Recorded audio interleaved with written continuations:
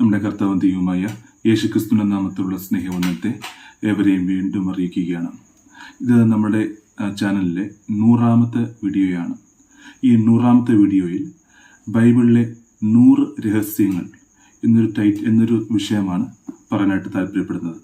അപ്പോൾ ഈ 100 രഹസ്യങ്ങൾ എന്നൊരു ഭാഗം പല ഭാഗങ്ങളായിട്ടായിരിക്കും അത് പോസ്റ്റ് ചെയ്യുന്നത്. കാരണം ഒറ്റ വീഡിയോ ആയിട്ട് ചെയ്യുമ്പോൾ ഏതാണ്ട് 5 മണിക്കൂറോളം ആ ഒരു വീഡിയോ വരുന്നത് കൊണ്ട് പല ഭാഗങ്ങളായിട്ടായിരിക്കും അത് പോസ്റ്റ് ചെയ്യുന്നത്.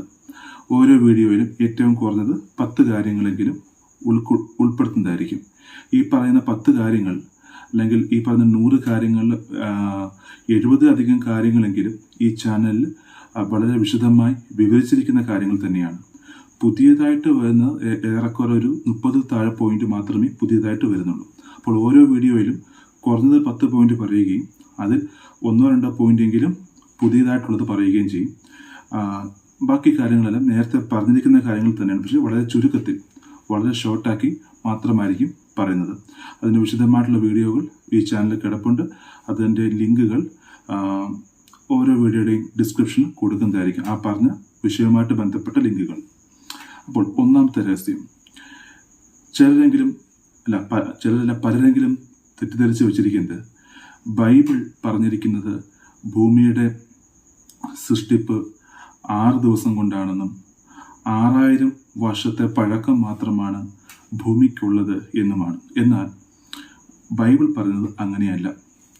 അതാണ് 1ാമത്തെ രഹസ്യം എന്ന് പറയുന്നത്. ബൈബിൾ പറയുന്നത് ആദിയിൽ ദൈവം ആകാശവും ഭൂമിയും സൃഷ്ടിച്ചു എന്നതാണ്. അതിൻ്റെ മറ്റ് ട്രാൻസ്ലേഷനൊക്കെ വരുമ്പോൾ ആകാശങ്ങൾ, ഹെവൻസ് എന്നൊരു വിവർത്തനം അവിടെ വരുന്നുണ്ട്. ഞാൻ അതിലേക്ക് ഇപ്പോൾ കടക്കുന്നില്ല. അപ്പോൾ ഈ ആദിയിൽ എന്താണെന്ന് വെച്ചാൽ സമയത്തിൻ്റെ ആരംഭം എന്ന് മനസ്സിലാക്കണം. അത് 6000 വർഷം മുമ്പല്ല എന്ന് മനസ്സിലാക്കണം. സമയത്തിൻ്റെ ആരംഭം ആദിയിൽ. അതിനു മുമ്പ് ഉണ്ടോ എന്ന് ചോദിച്ചാൽ അതിനു മുമ്പ് ദൈവമുണ്ട്. എന്നാൽ ഭൂമിയിൽ മനുഷ്യനുമായിട്ടുള്ള ബന്ധത്തിൽ സമയത്തിൻ്റെ ആരംഭത്തിൽ എന്ന അർത്ഥത്തിലാണ് ആദിയിൽ ദൈവം ആകാശവും ഭൂമിയും സൃഷ്ടിച്ചു എന്ന് പറയുന്നത്. അത് എത്ര വർഷങ്ങൾക്ക് പുറകിലാണെന്ന് നമുക്ക് കണക്കൂട്ടാൻ സാധിച്ചിട്ടില്ല. 6000 വർഷം പുറകിലാണെന്ന് ബൈബിൾ എവിടെയും പറയുന്നതുമില്ല. അത് ചിലരുടെയെങ്കിലും തെറ്റിദ്ധാരണ മാത്രമാണ്. രണ്ടാമത്തെ രഹസ്യം എന്ന് പറയുന്നത് 6000 വർഷമല്ല പഴക്കമെങ്കിൽ ആദാമിനെ ഹവ്വയും സൃഷ്ടിച്ചിട്ട് ഇങ്ങോട്ട് നമ്മൾ നോക്കുമ്പോൾ ഒരു 6000 വർഷത്തെ ചരിത്രമാണ് നമുക്ക് കാണാൻ സാധിക്കുന്നത്. അതിനു മുമ്പേ ഭൂമി ഉണ്ടായിരുന്നെങ്കിൽ ഭൂമിയിൽ എന്തായിരുന്നു ഉണ്ടായിരുന്നത്? അതിനു മുമ്പേ ഭൂമി ഉണ്ടായിരുന്നുവെങ്കിൽ ഭൂമിയിൽ എന്തായിരുന്നു ആ കാലഘട്ടത്തിൽ ഉണ്ടായിരുന്നത്? നമുക്ക് വചനം വ്യക്തമായി പഠിക്കുമ്പോൾ മനസ്സിലാക്കാൻ സാധിക്കുന്ന കാര്യം, യെഹെസ്കേൽ പ്രവചനം 28-ാം അധ്യായം വായിക്കുമ്പോൾ അപ്പോൾ നമുക്കൊരു സംശയം തോന്നും, ഉൽപ്പത്തിയിൽ നിന്ന് നമ്മൾ എന്തിനാണ് നേരെ യെഹെസ്കേലിലേക്ക് പോയത്? ഉൽപ്പത്തിയിലല്ലേ ഉത്ഭവ ചരിത്രം പറയുന്നത്? പല നിരീശ്വരവാദികളും യുക്തിവാദികളും ഉൽപ്പത്തി 1-ാം അധ്യായം മാത്രം വായിച്ചിട്ട് ബൈബിളിലെ ഉൽപ്പത്തി ചരിത്രത്തെ വികലമായി വ്യാഖ്യാനിക്കാറുണ്ട്. അത് അവരുടെ അറിവുകേട് മാത്രമാണ്. കാരണം ഏതെങ്കിലും ഒരു കഥാപുസ്തകം എഴുതുന്നത് പോലെ എഴുതിയിരിക്കുന്ന പുസ്തകമല്ല ബൈബിൾ. അതായത് 1-ാമത്തെ പേജിന്റെ തുടർച്ച 2-ാമത്തെ പേജിൽ, 1-ാമത്തെ അധ്യായത്തിന്റെ തുടർച്ച 2-ാമത്തെ അധ്യായത്തിൽ, ആ ഒരു ക്രമത്തിലല്ല എഴുതിയിരിക്കുന്നത്. ഉൽപ്പത്തി പുസ്തകത്തിൽ വളരെ ചുരുക്കമായി പറഞ്ഞിരിക്കുന്ന കാര്യങ്ങൾ പ്രവചന പുസ്തകങ്ങളിലേക്ക് വരുമ്പോൾ ദൈവം പ്രവാചകന്മാരോട് സംസാരിക്കുന്ന സമയത്ത് പണ്ട് നടന്ന കാര്യങ്ങളെ ചൂണ്ടിക്കാണിച്ച് അതിനെ ദൃഷ്ടാന്തമായി വെച്ചുകൊണ്ട് ആ കാലഘട്ടത്തിലെ കാര്യങ്ങളെ പ്രവാചകന്മാർക്ക് വെളിപ്പെടുത്തുന്നുണ്ട്. ആ വെളിപ്പെടുത്തുന്ന ഭാഗത്താണ് ഈ ആദാമിനും ഹവ്വയ്ക്കും മുമ്പ് ഭൂമിയുടെ അവസ്ഥ ദൈവം വെളിപ്പെടുത്തി കൊടുക്കുന്നത്. അപ്പോൾ ഉൽപ്പത്തി പുസ്തകത്തിൽ ആദാമിന്റെ ഹവ്വയുടെയും കാര്യം പറഞ്ഞു തുടങ്ങിയത് കൊണ്ട് അതാണ് ആരംഭം എന്ന് തെറ്റിദ്ധരിക്കുന്നതാണ് ഇവിടുത്തെ മണ്ടത്തരം. അതായത് ആദാമിനും ഹവ്വയ്ക്കും മുമ്പ് ഒരു കാലഘട്ടമുണ്ട്. ഇതൊക്കെ വളരെ വിശദമായി ചെയ്തിരിക്കുന്ന വീഡിയോയാണ്. അതുകൊണ്ട് ഞാൻ അതിലെ അധികം വിശദമായ പോർഷനിലേക്ക് കടക്കുന്നില്ല. ചുരുക്കത്തിൽ പറഞ്ഞാൽ 6000 വർഷങ്ങൾക്ക് മുമ്പ് ഭൂമിയിൽ എന്തുണ്ടായിരുന്നു എന്ന് ചോദിച്ചാൽ, ഭൂമിയിൽ ഇന്ന് നമ്മൾ സാത്താൻ എന്ന് വിളിക്കുന്ന, ലൂസിഫർ എന്ന് വിളിക്കുന്ന, ലൂസിഫർ എന്ന പേര് മറ്റൊരു മർമ്മമാണ്, ഞാൻ അത് മറ്റൊരു വീട് ചെയ്യുന്നതായിരിക്കും, എന്ന് വിളിക്കുന്ന ആ ഒരു ദൂതൻ, ആ ഒരു കെരൂബായിരുന്നു. കെരൂബും അവൻ്റെ ദൂതന്മാരും ആ കാലഘട്ടത്തിലുള്ള മൃഗ സമൂഹവും പക്ഷിമൃഗാദികളും വൃക്ഷസസ്യാദികളും ഒക്കെയായിരുന്നു ആ സമയത്ത് ഭൂമിയിൽ ഉണ്ടായിരുന്നത്. തെളിവ് എന്താണെന്ന് ചോദിച്ചാൽ യെഹെസ്കേൽ പ്രവചനം 28-ാം അധ്യായത്തിൽ നമുക്ക് ഈ ലൂസിഫറിനെ കുറിച്ച് കാണാൻ സാധിക്കും. അവിടെ സോർ പ്രഭുവിനോടുള്ള പ്രവചനമാണ്. സോർ പ്രഭുവിനോട് പ്രവചനം പറയുമ്പോൾ ദൈവം പണ്ടുകാലത്ത് നടന്ന ആ ഒരു സംഭവത്തെ ചൂണ്ടിക്കാണിച്ചുകൊണ്ട് ദൃഷ്ടാന്തമായി വെച്ചുകൊണ്ട് സോർ പ്രഭുവിനെ നിഴലാക്കിയെടുത്ത് ലൂസിഫറിന്റെ കാര്യം പറയുകയാണ്. വായിക്കുമ്പോൾ മനസ്സിലാവും. അതിൻ്റെ 12-ാമത്തെ വാക്യത്തിൽ, മനുഷ്യപുത്ര, നീ സോർ രാജാവിനെ കുറിച്ച് ഒരു വിലാപം തുടങ്ങി. അപ്പോൾ അവിടെ നമുക്ക് വായിക്കുമ്പോൾ അറിയാം സോർ രാജാവിനെ കുറിച്ച്. പക്ഷേ താഴോട്ട് വായിക്കുമ്പോൾ ഇങ്ങനെയാണ് എഴുതിയിരിക്കുന്നത്, നീ മാതൃകാ മുദ്രയാകുന്നു, നീ ജ്ഞാനസമ്പൂർണനും സൗന്ദര്യ സമ്പൂർണനും തന്നെ. അപ്പോൾ ഇതെന്തുവായാലും ഒരു മനുഷ്യനെ കുറിച്ചല്ല, ജ്ഞാനസമ്പൂർണൻ, ജ്ഞാനത്തിൽ പൂർണ്ണൻ, സൗന്ദര്യത്തിൽ പൂർണ്ണൻ, ഒരു മനുഷ്യനെ കുറിച്ചല്ല എന്ന് വ്യക്തമാണ്. അടുത്ത വാക്യത്തിൽ ഇങ്ങനെ പറയുന്നു, നീ ദൈവത്തിന്റെ തോട്ടമായ ഏദനിൽ ആയിരുന്നു. അപ്പോൾ ഇതാരെക്കുറിച്ചാണ് പറയുന്നതെന്ന് വ്യക്തമായിട്ട് നമുക്ക് മനസ്സിലാവുന്നുണ്ട്. ഇത് സാത്താനെ കുറിച്ചാണ്. നമ്മൾ താഴോട്ടുള്ള വാക്യങ്ങൾ നിങ്ങൾ പിന്നെ വായിച്ചു നോക്കിയാൽ മതി. അതിൻ്റെ 14-ാമത്തെ വാക്യത്തിൽ നീ ചിറക് വിടർത്ത് മറയ്ക്കുന്ന കെരൂബാകുന്നു. അപ്പോൾ എന്തുവായത് ഒരു മനുഷ്യനെ കുറിച്ചല്ല, കെരൂബിനെ കുറിച്ചാണെന്ന് വളരെ വളരെ വ്യക്തമായിട്ട് നമുക്ക് മനസ്സിലാവും. അടുത്ത് പറയുവാണ്, നിന്നെ വിശുദ്ധ ദേവപർവ്വതത്തിൽ ഇരുത്തിയിരുന്നു, നീ അഗ്നിമയ രഥങ്ങളുടെ മധ്യേ സഞ്ചരിച്ചു പോകുന്നു. നിന്നെ സൃഷ്ടിച്ച നാൾ മുതൽ നിങ്ങൾ നീതികേട് കണ്ടതുവരെ നീ നടപ്പിൽ നിഷ്കളങ്കനായിരുന്നു. നിന്റെ വ്യാപാരത്തിന്റെ പെരുപ്പ നിമിത്തം നിന്റെ അന്തർഭാഗം സാഹസം കൊണ്ട് നിറഞ്ഞ് നീ പാപം ചെയ്തു. അതുകൊണ്ട് ഞാൻ നിന്നെ അശുദ്ധനെ നേടി ദേവപർവ്വതത്തിൽ നിന്ന് തള്ളിക്കളഞ്ഞു. മറയ്ക്കുന്ന കെരൂബേ, ഞാൻ നിന്നെ അഗ്നിമയ രഥങ്ങളുടെ മധ്യയിൽ നിന്ന് മുടിച്ചു കളഞ്ഞു. അപ്പോൾ ഈ ഒരു ഭാഗം നമ്മൾ വായിക്കുമ്പോഴും നമുക്ക് മനസ്സിലാക്കാൻ പറ്റുന്ന കാര്യം, ആദാമിന് മുമ്പ് ഒരു ഏദൻ എന്ന സ്ഥലം അവിടെ ഉണ്ട്. ആ ഏദനിൽ ആരായിരുന്നു ഈ മറയ്ക്കുന്ന കെരൂബ് അവിടെ ഉണ്ടായിരുന്നു. അപ്പോൾ രണ്ടാമത്തെ രഹസ്യം എന്ന് പറയുന്നത്, ഭൂമിക്ക് 6000 വർഷത്തെ പഴക്കമില്ല. ആദിയിൽ ദൈവം ആകാശം ഭൂമി സൃഷ്ടിച്ചുവെങ്കിൽ അത്രമാത്രം പഴക്കം ഭൂമിക്കുമുണ്ട്, ആകാശങ്ങൾക്കുമുണ്ട്, മറ്റ് പ്ലാനറ്റ്സിനുമുണ്ട്. അപ്പോൾ തന്നെ ആ ഭൂമിയിൽ ആരുണ്ടായിരുന്നു? അത് പാഴും ശൂന്യവുമായിരുന്നില്ല. അവിടെ ലൂസിഫർ ഉണ്ടായിരുന്നു. അവിടെ ഏദനിൽ അവനായിരുന്നു. അവിടെ വിശുദ്ധ ദേവപർവ്വതത്തിൽ അവനെ ഇരുത്തിയിരുന്നു. അപ്പോൾ അതാണ് രണ്ടാമത്തെ കാര്യം. ഇനി മൂന്നാമത്തെ കാര്യവും ഇതുമായിട്ട് ബന്ധപ്പെട്ട് തന്നെയാണ് എങ്കിലും അത് പുതിയ നിയമ പ്രവചന ഭാഗങ്ങളിലോട്ട് കിടക്കാനാണ്, ലൂസിഫറുമായിട്ട് ബന്ധമുണ്ട്, പുതിയ നിയമ പ്രവചന ഭാഗങ്ങളിൽ കിടക്കാൻ താല്പര്യപ്പെടുന്നത്. അതായത് ഈ ഉൽപ്പത്തിയിലെ സൃഷ്ടി ചരിത്രം മാത്രം പറഞ്ഞാൽ അനേക കാര്യങ്ങൾ ഇതുപോലെ പറയേണ്ടി വരും. സൂര്യൻ്റെ കാര്യം, സൂര്യനെ ആക്കിയ കാര്യമൊക്കെ ഇതുപോലെ പറയേണ്ടതായിട്ട് വരും. ഞാൻ അതിലേക്ക് ഇപ്പോൾ കടക്കുന്നില്ല. പ്രവചന ഭാഗങ്ങളിലേക്ക് വരാം. ഇനി പ്രവചന ഭാഗങ്ങളിലേക്ക് വരുമ്പോൾ ഇനി സംഭവിക്കാനിരിക്കുന്ന പ്രവചനങ്ങൾ, അതിൽ തന്നെ ഏറ്റവും പ്രധാനമായിട്ടും നമ്മൾ അറിഞ്ഞിരിക്കേണ്ടതും അല്ലെങ്കിൽ ബൈബിൾ ആഴത്തിൽ പഠിക്കുന്ന ആളുകൾക്ക് മാത്രം അറിയാവുന്നതുമായിട്ടുള്ള ഒരു കാര്യമാണ് പുതിയൊരു മതം വരുമെന്നുള്ളത്. പുതിയൊരു മതം വരും. ഞാൻ ഈ വീഡിയോയുടെ അവസാന ഭാഗത്തേക്ക് വരുമ്പോൾ എതിർക്രിസ്തുവിൻ്റെ പേര് എന്താണ്, എങ്ങനെയായിരിക്കും എന്നൊരു കാര്യം കൂടി സൂചിപ്പിച്ച് അവസാനിപ്പിക്കാനാണ് താല്പര്യപ്പെടുന്നത്. പുതിയ ഒരു മതം വരും. ഇത് നമ്മൾ ദാനിയേൽ പ്രവചനം 11-ാം അധ്യായം പഠിക്കുമ്പോൾ അവിടെ നമുക്ക് കാണാൻ സാധിക്കുന്നുണ്ട്. കോട്ടകളുടെ ദേവൻ എന്നൊരു പദം നമുക്ക് കാണാൻ സാധിക്കുന്നുണ്ട്. അതായത് ഈ എതിർക്രിസ്തു എന്ന് പറയുന്ന വ്യക്തി അവൻ എന്ത് ചെയ്യും? അവൻ പുതിയൊരു മതത്തെ അവൻ കൊണ്ടുവരും. അപ്പോൾ ഒരു ചോദ്യം വരാം, എതിർക്രിസ്തു എന്ന് പറയുന്ന വ്യക്തി ആരാണ്? അത് സാത്താനാണോ മനുഷ്യനാണോ? അതാണ് 4-ാമത്തെ പോയിന്റ്. എതിർക്രിസ്തു എന്ന് പറയുന്ന വ്യക്തി അതൊരു മനുഷ്യനാണ്. പലരും ധരിച്ചു വച്ചിരിക്കുന്നത് അത് സാത്താനാണെന്നാണ്. അങ്ങനെയല്ല, അത് മനുഷ്യനാണ്. എന്നാൽ ആ മനുഷ്യന്റെ മേൽ തൻ്റെ ശക്തിയും അധികാരവും പകർന്നു കഴിയുമ്പോൾ അവൻ സാത്താന്റെ ശക്തിയോടും അധികാരത്തോടും കൂടെ പ്രവർത്തിക്കുമ്പോൾ അവൻ ആ രീതിയിൽ എതിർക്രിസ്തുവിൻ്റെ ആ ഒരു സ്വഭാവത്തോടു കൂടി അവൻ പ്രവർത്തിക്കുന്നുണ്ട്. അവൻ എതിർക്രിസ്തു എന്ന് വിളിക്കുന്നത്. അപ്പോൾ എതിർക്രിസ്തു എന്ന് പറഞ്ഞ വ്യക്തി ശരിക്കും പറഞ്ഞാൽ ഒരു ലീഡറായിരിക്കും, ഒരു നേതാവായിരിക്കും. ഇനി 5-ാമത്തെ കാര്യം, എതിർക്രിസ്തു എന്ന് പറഞ്ഞ വ്യക്തി എവിടെ നിന്നാണ് വരുന്നത്? അവൻ്റെ ഉത്ഭവം എവിടെ നിന്നാണ്? അത് വളരെ നമ്മൾ വ്യക്തമായിട്ട് പഠിക്കേണ്ട ഒരു കാര്യമാണ്. ഈ എതിർക്രിസ്തു എന്ന വ്യക്തിയുടെ ഉത്ഭവത്തെക്കുറിച്ച് അവൻ എവിടെ നിന്ന് വരുന്നു എന്ന് ബൈബിൾ വ്യക്തമായിട്ട് പറയുന്നുണ്ട്. ദാനിയേൽ പ്രവചനം 11-ാം അധ്യായം പഠിക്കുമ്പോൾ നമുക്ക് ആ 11-ാം അധ്യായത്തിൻ്റെ അവസാന ഭാഗത്തേക്ക് വരുമ്പോൾ അവിടെ വടക്കേ രാജ്യവും തെക്കേ രാജ്യവും തമ്മിലുള്ള ഒരു യുദ്ധത്തെ, വളരെ കാലങ്ങളായിട്ട് നടക്കുന്ന യുദ്ധത്തെക്കുറിച്ച് കാണാൻ സാധിക്കും. വടക്ക് തെക്കെന്ന് പറയുമ്പോൾ ദാനിയേലാണ് ഇത് എഴുതുന്നത്. അപ്പോൾ ദാനിയേലിനെ സംബന്ധിച്ച് ഇസ്രായേലിൻ്റെ വടക്ക്, ഇസ്രായേലിൻ്റെ തെക്ക്, അങ്ങനെ നമ്മളതിനെ വ്യാഖ്യാനിച്ച് പഠിക്കുമ്പോൾ നമുക്ക് മനസ്സിലാക്കാൻ സാധിക്കുന്നത് സിറിയയെക്കുറിച്ചും ഈജിപ്തിനെ കുറിച്ചുമാണ് പറഞ്ഞു വരുന്നത്. അപ്പോൾ ആ ഒരു ഭാഗം നമ്മൾ വ്യക്തമായി പഠിക്കുമ്പോൾ സിറിയയിൽ നിന്ന് എഴുന്നേൽക്കുന്ന ഒരു നേതാവാണ് പിന്നീട് എതിർക്രിസ്തുവായിട്ട് പ്രവർത്തിക്കുന്നതെന്ന് ദാനിയേൽ പ്രവചനം 11-ാം അധ്യായം പഠിക്കുമ്പോൾ വ്യക്തമായിട്ട് മനസ്സിലാവുന്നുണ്ട്. അങ്ങനെയാണെങ്കിൽ സിറിയയിൽ നിന്നാണ് ഇവന് കടന്നു വരുന്നത്. സിറിയയിലെ ഒരു നേതാവാണ് ഈ എതിർക്രിസ്തു എന്ന് പറയുന്നത്. അപ്പോൾ നിങ്ങൾക്ക് ചോദിക്കാം, അതാണ് 6ാമത്തെ പോയിന്റ്. സിറിയ എന്ന് പറയുന്നത് വളരെ തരം താണ, അല്ലെങ്കിൽ അവിടെ യാതൊരു വിധത്തിലുള്ള ഒരു ഒരു സ്റ്റേബിൾ ആയിട്ടുള്ള ഒരു ഭരണ സംവിധാനം ഇല്ലാത്ത ഒരു രാജ്യത്ത് നിന്ന് ലോകത്തെ ഭരിക്കുന്ന ഒരു നായകൻ അല്ലെങ്കിൽ ഒരു നേതാവ് വരുമെന്ന് പറഞ്ഞത് എത്ര വലിയ ഭോഷത്വമാണെന്ന് ഒരു പക്ഷേ ഇന്നത്തെ ചരിത്രം ഇല്ലെങ്കിൽ ഇന്നത്തെ പശ്ചാത്തലമൊക്കെ അറിയാവുന്ന ആളുകൾ ചിന്തിക്കുമായിരിക്കും. അവിടെയാണ് 6ാമത്തെ രഹസ്യം ഒളിഞ്ഞിരിക്കുന്നത്. ഈ എതിർക്രിസ്തു എന്ന് പറയുന്ന വ്യക്തി നിന്ദ്യനായിരിക്കും. അവനെ ആരും കാര്യമാക്കത്തില്ല. ഇവൻ വലിയവനാകുമെന്നോ, ഇവൻ ലോകത്തെ ഭരിക്കുമെന്നോ, ഇവൻ ഞങ്ങളെക്കാളൊക്കെ ഉയരുമെന്നോ എന്ന് ചിന്തിക്കാത്ത നിന്ദ്യനായിരിക്കും. ഇത് ബൈബിളിൽ ദാനിയേൽ പ്രവചനത്തിൽ വളരെ വ്യക്തമായിട്ട് പറയുന്നുണ്ട്. 9-ാം അധ്യായം നിങ്ങൾ വായിക്കുമ്പോൾ നമുക്കത് മനസ്സിലാക്കാൻ സാധിക്കും. ഇതൊക്കെ ഞാൻ വളരെ വിശദമായി ചെയ്തിരിക്കുന്ന വീഡിയോകളാണ്. അതൊക്കെ വാക്യങ്ങൾ വ്യക്തമായിട്ട് പറയുന്നുണ്ട്.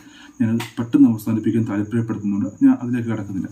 വളരെ നിന്ദ്യനായിട്ടുള്ള ഒരു വ്യക്തിയായിരിക്കും ഈ വ്യക്തി. നിന്ദ്യൻ എന്ന് വെച്ചാൽ മറ്റുള്ളവർ ഇവന് യാതൊരു വിലയും, ഇവനൊരു നേതാവാണ്, അപ്പോൾ തന്നെ മറ്റുള്ളവർ ഇവന് യാതൊരു വിലയും കൊടുത്തിരുന്നില്ല.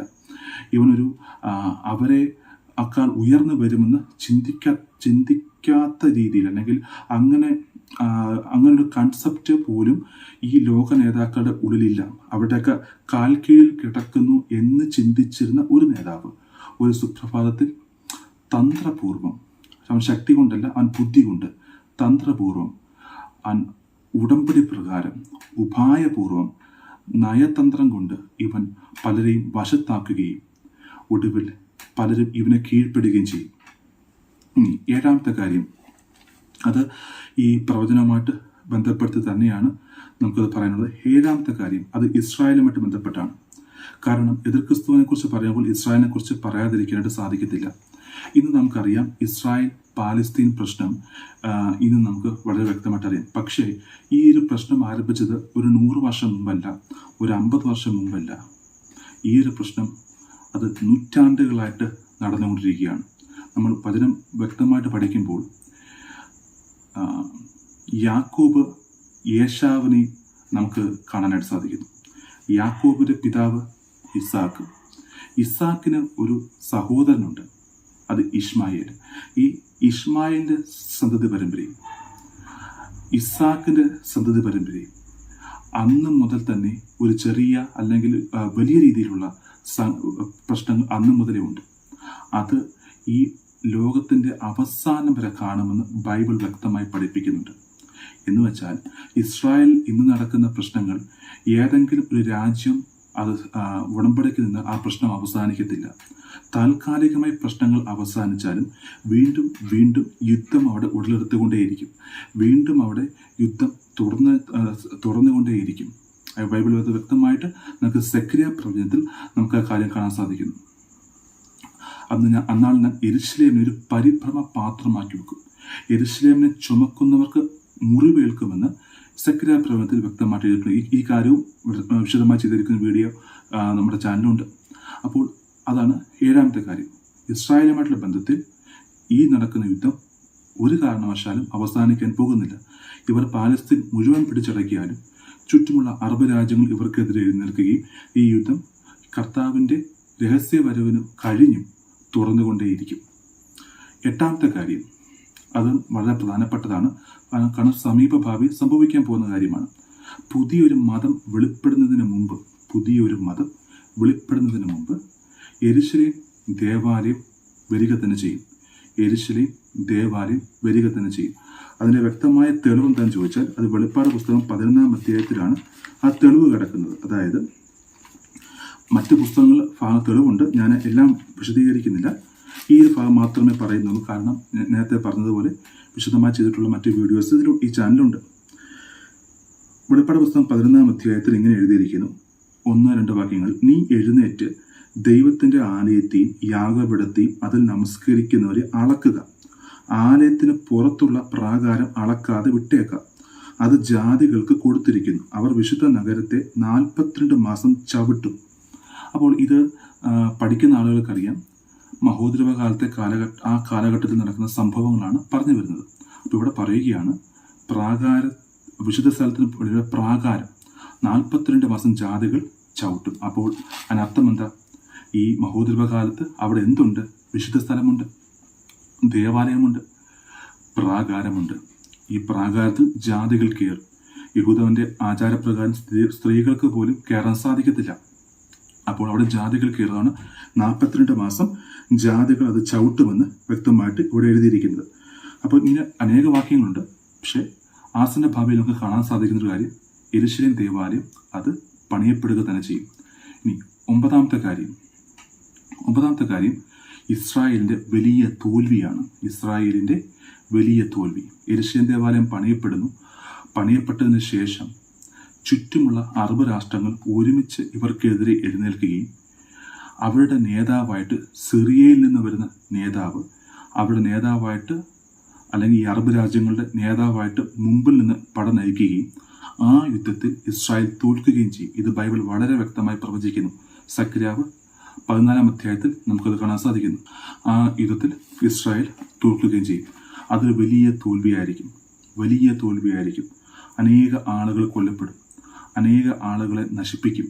പലരും വളരെ ചുരുക്കം പേർ മാത്രം മരുഭൂമിയിലേക്ക് ഓടി രക്ഷപ്പെടും. 10-ാമത്തെ കാര്യം, ഇത് ഞാൻ നേരത്തെ പറഞ്ഞ 9 കാര്യങ്ങളും അനേക വീഡിയോകൾ ചെയ്തിട്ടുണ്ട്. 10-ാമത്തെ പോയിന്റ് വീഡിയോ ചെയ്തിട്ടില്ല.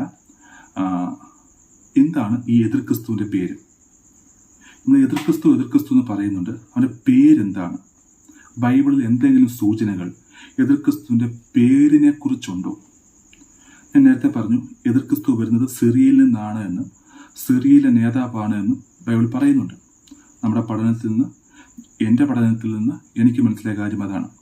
എനിക്ക് മാത്രമല്ല, മറ്റു പല പണ്ഡിതർക്കും, ഞാൻ പണ്ഡിതനാണെന്നല്ല പറഞ്ഞത്, മറ്റു പല ബൈബിൾ പണ്ഡിതർക്കും മനസ്സിലായിട്ടുള്ളൊരു കാര്യം കൂടിയാണ്. അവരുടെ പഠനത്തിൽ നിന്നും എൻ്റെ വ്യക്തിപരമായ പഠനത്തിൽ മനസ്സിലായ കാര്യമാണത്. സിറിയയിൽ നിന്നാണ് എതിർക്രിസ്തു വരുന്നത്. അങ്ങനെയാണെങ്കിൽ ഇവന്റെ പേരെന്താണ്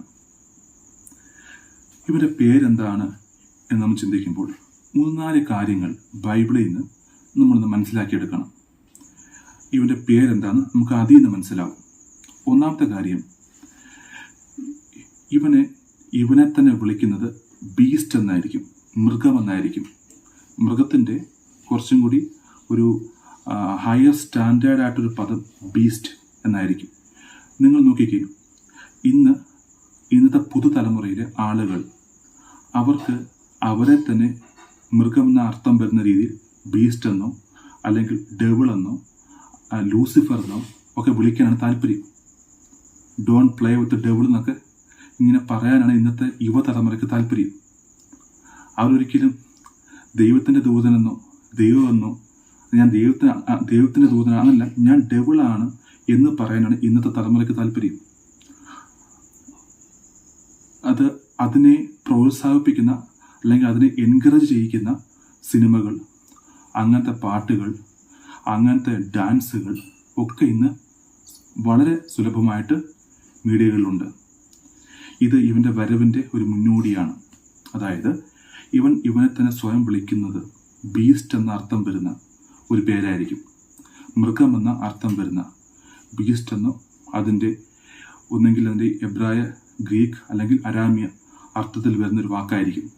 പ്രധാനപ്പെട്ട പോയിന്റ് അത് വ്യക്തമായിട്ട് മനസ്സിലാക്കുന്നത് ബൈബിൾ വ്യക്തമായി പറഞ്ഞ കാര്യമാണ്. വെളിപ്പാട് പുസ്തകം 13-ാം അധ്യായത്തിൽ ഇങ്ങനെ എഴുതിയിരിക്കുന്നു, മൃഗത്തിന്റെ പേരോ പേരിന്റെ സംഖ്യയോ ആയ മുദ്രയുള്ളവനല്ലാതെ. അപ്പൊ ഇവിടെ മൃഗമെന്ന് ഇവനെ വിളിച്ചിരിക്കുന്നു. മൃഗത്തിന്റെ പേര് അല്ലെങ്കിൽ പേരിന്റെ സംഖ്യ. അപ്പം മൃഗമെന്ന് നമ്മളതിനെ പറയുമ്പോൾ ബീസ്റ്റ് എന്ന് നമ്മളതിനെ ഇംഗ്ലീഷിൽ വായിക്കുന്നു. അനിമൽ എന്നല്ല, ബീസ്റ്റ് എന്ന് തന്നെ വായിക്കുന്നു.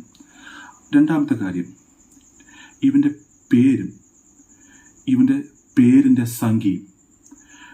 ഒരുപക്ഷെ അനേക പ്രാവശ്യം നിങ്ങൾ കേട്ടിട്ടുള്ളതായിരിക്കാം. എങ്കിലും ഇത് എഴുതപ്പെട്ട കാലഘട്ടത്തിൽ AD 96 ഒരിക്കലും പേരിനെ നമ്പറുമായിട്ട് ബന്ധപ്പെടുത്തി കണക്ട് ചെയ്തിട്ടില്ല. പക്ഷെ ഇന്ന് ഒരു മനുഷ്യനെ തിരിച്ചറിയുന്നത് പേര് കൊണ്ടല്ല, നമ്പർ കൊണ്ടാണ്.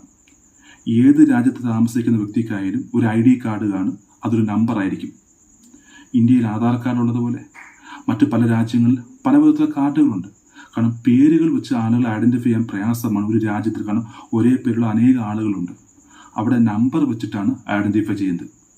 അത് ഇന്നത്തെ ഒരു പൊതുസത്യമാണ്. പക്ഷേ ഇന്നത്തെ ഈ പൊതുസത്യത്തിലേക്ക് വരുന്നതിന് 2000 വർഷം മുമ്പ് ബൈബിൾ എഴുതി വെച്ചു പേരിൻ്റെ സംഖ്യ വരും. അത് ഇങ്ങനെ പറയുന്നു: ബുദ്ധിയുള്ളവൻ മൃഗത്തിന്റെ സംഖ്യ ഗണിക്കട്ടെ, അതൊരു മനുഷ്യന്റെ സംഖ്യ എത്രേ, അതിന്റെ സംഖ്യ 666. അപ്പം ഈ എതിർക്രിസ്തുവിന്റെ സംഖ്യ എത്രയാണ്?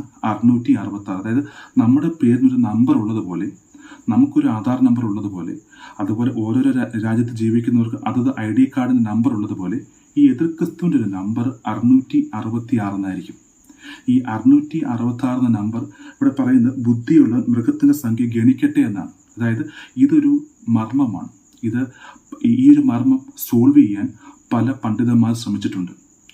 ചരിത്രം പറയുന്നത് ശരിയാണെങ്കിൽ ഐസക് ന്യൂട്ടൺ ഉൾപ്പെടെയുള്ള ആളുകൾ ശ്രമിച്ചിട്ടുണ്ട്.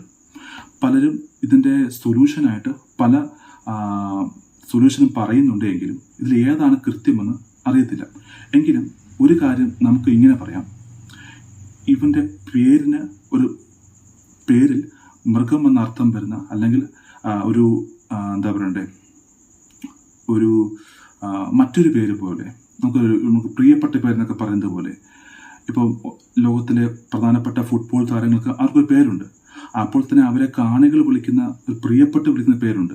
അതുപോലെ ഇവന്റെ പേരിൽ പ്രിയപ്പെട്ട് ഒരു ജനങ്ങൾ വിളിക്കുന്ന പേര് ദ ബീസ്റ്റ് എന്ന അർത്ഥം വരുന്ന മൃഗം എന്ന രീതിയിലുള്ള പേരായിരിക്കും.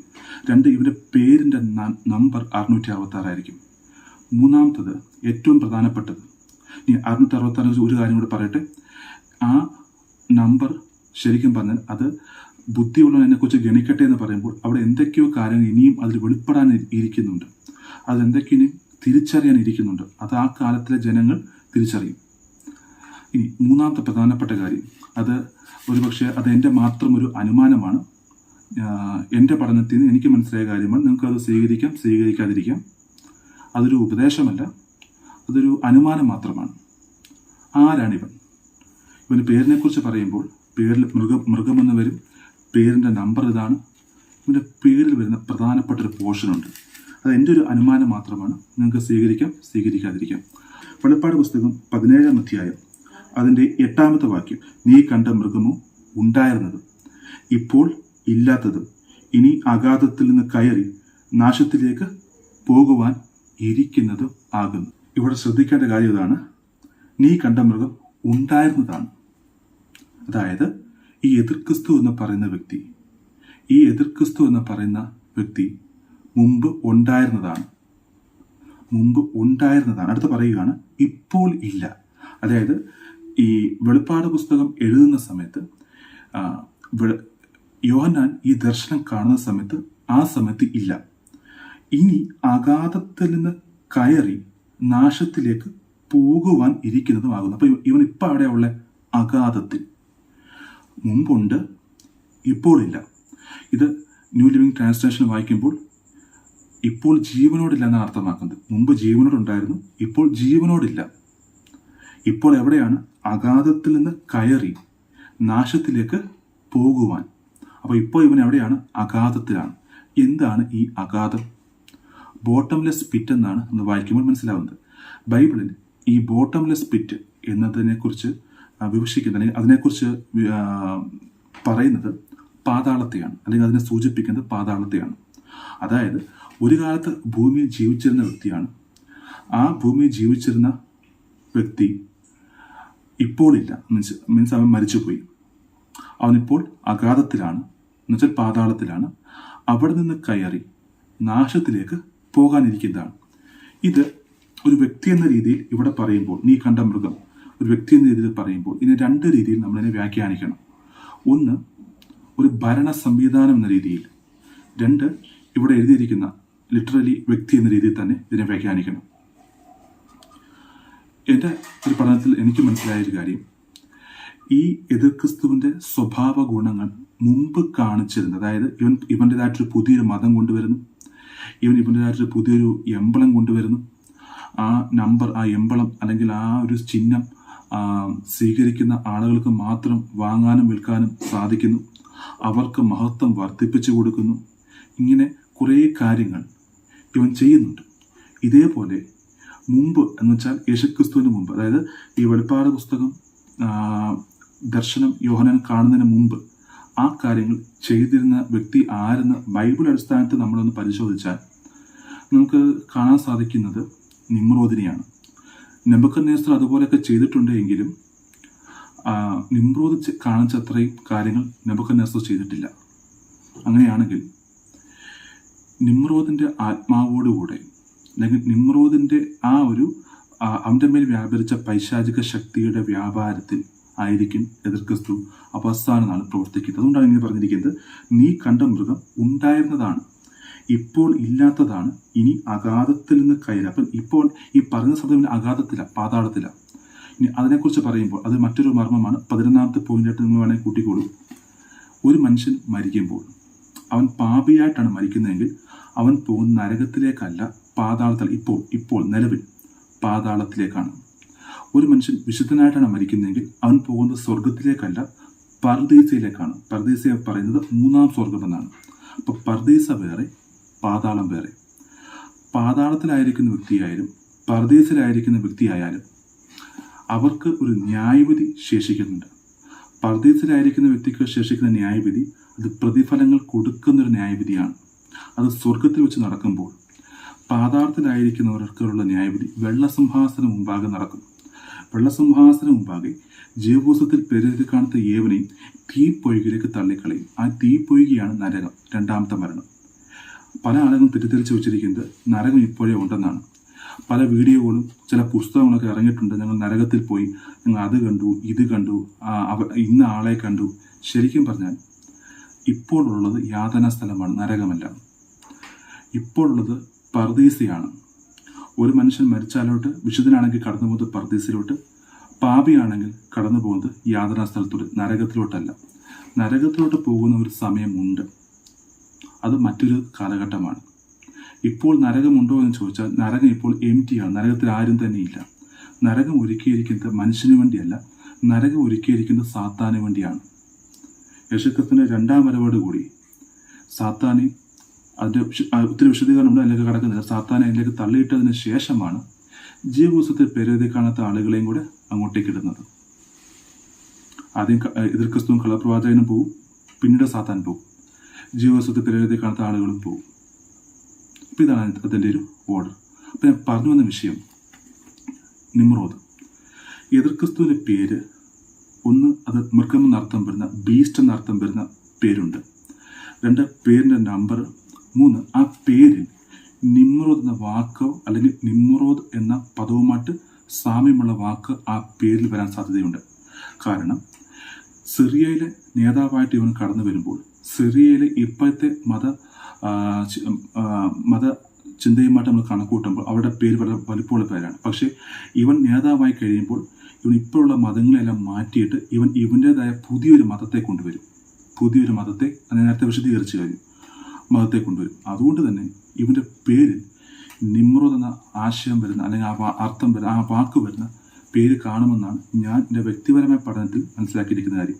ഇനി നിമ്രോദ് എന്ന പേര് വന്നില്ലെങ്കിൽ പോലും ഇവൻ മുമ്പ് ഉണ്ടായിരുന്നതാണ്, ഇപ്പോൾ ജീവിച്ചിരിപ്പില്ല, ഇപ്പോൾ പാതാളത്തിലാണ്, ഇനി കയറി വരാൻ പോവുകയാണ്. ഇതിൻ്റെ 2ാമത്തെ ആശയം അത് ഈ ലോകത്തിലെ ഭരണ സംവിധാനം, അതായത് മുമ്പുണ്ടായിരുന്ന ഭരണ സംവിധാനം സാമ്രാജ്യത്വ ഭരണമായിരുന്നു. സകലത്തെയും തകർത്ത് ഉടയ്ക്കുന്ന, സകലത്തെയും ഒരു വ്യക്തി ഭരിക്കുന്ന ഒരു സാമ്രാജ്യത്വ ഭരണമായിരുന്നു. അത് മുമ്പ് ഉണ്ടായിരുന്നു. പിന്നീട് ജനാധിപത്യം വന്നപ്പോൾ അത് തകർന്നു പോയി, അതില്ലാതെയായി. ഇനി അത് വരാൻ സാധ്യതയുണ്ട്. അപ്പം ആ രീതിയിൽ നമുക്ക് ഈ ഒരു വാക്യത്തെ കാണാൻ സാധിക്കുന്നതാണ്. അപ്പോൾ ഇതാണ് ഇന്നത്തെ വീഡിയോയിൽ പറയാൻ ഉദ്ദേശിച്ച 10 കാര്യങ്ങൾ. ഇതുപോലെ ഇനിയും 90 കാര്യങ്ങൾ ഇനിയും വരുന്ന വീഡിയോകൾ പറയാനായിട്ട് താല്പര്യപ്പെടുന്നുണ്ട്. അപ്പോൾ ഒരുപക്ഷെ നിങ്ങൾ ചിന്തിക്കുമായിരിക്കും, പലതിനും വിശദീകരണം ഇത്ര മാത്രം മതിയോ, അല്ലെങ്കിൽ ഇനിയും വിശദീകരണം ആവശ്യമായിരുന്നില്ലേ എന്ന് പലതും ചിന്തിക്കുമായിരിക്കും. ഞാൻ തുടക്കത്തിൽ പറഞ്ഞതുപോലെ ഈ പറഞ്ഞ എല്ലാ കാര്യങ്ങളും വിശദീകരിച്ചുകൊണ്ട് വീഡിയോകൾ ഓൾറെഡി ചെയ്ത് കഴിഞ്ഞതാണ്. അതിൻ്റെ ലിങ്ക് കൊടുക്കുന്നതായിരിക്കും. ഇപ്പം 10ാമത്തെ പോയിന്റ് എതിർ ക്രിസ്തുവിൻ്റെ പേര് അത് ഞാൻ ആദ്യമായിട്ടാണ് പറയുന്നത്. അതിന് ഇത്രയും മാത്രം വിശദീകരണം തൽക്കാലത്തേക്ക് തരാനാണ് താല്പര്യപ്പെടുന്നത്.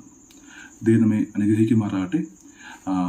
വീണ്ടും നിങ്ങളുടെ വീഡിയോകൾ കാണുന്നവർ എനിക്ക് വേണ്ടി പ്രാർത്ഥിക്കുക. നിങ്ങളുടെ പ്രാർത്ഥനാ വിഷയങ്ങൾ ഞങ്ങളെ അറിയിക്കാവുന്നതാണ്. അപ്പോൾ തന്നെ ദൈവത്തിൻ്റെ നാമത്തിലൂടെ നമുക്ക് പ്രവർത്തിക്കാം. ദൈവം നമ്മെ അനുഗ്രഹിക്കട്ടെ. ആമേൻ.